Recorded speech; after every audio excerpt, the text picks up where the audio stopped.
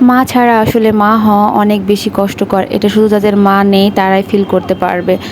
আমি আমার প্রেগনেন্সির সময়ে আমার মাকে পাশে পেয়েছি আলহামদুলিল্লাহ। তা না হলে হয়তো আমি আমার জবটা এভাবে রানিং করতে পারতাম না। আর আমার মেয়েটাও অনেক লক্ষ্মী মাশাআল্লাহ।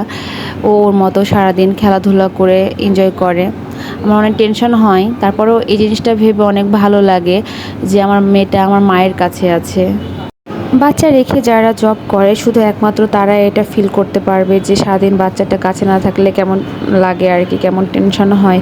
তারপরে এটা ভেবে আমার মনে অনেক শান্তি লাগে যে না, আমার মেয়েটা আমার মায়ের কাছে আছে। আমি জানি আমার থেকেও আমার মা আমার মেয়েকে অনেক বেশি যত্নে রাখবে। তা না হলে হয়তো আমি এভাবে নিশ্চিন্তে জবটা করতে পারতাম না। আসলে ভালো থাকার জন্য জীবনে তো টাকার প্রয়োজন আছে। এই জন্যই জবটা করতে হয়। আর আমার মনে হয় যে প্রত্যেকটা মেয়েরই নিজের লাইফে নিজে কিছু একটা করা দরকার, স্বাবলম্বী হওয়া দরকার। তা না হলে মেয়েদের কোনো মূল্য থাকে না। আর যতক্ষণ ওর বাবা আর আমি বাসায় থাকি চেষ্টা করি ওকে একটু সময় দেওয়ার জন্য, কারণ সারাদিন তো পাশে পায় না। কিন্তু যখন সকালবেলায় অফিসে চলে আসতে হয় ও বেশিরভাগই ঘুমায় থাকে।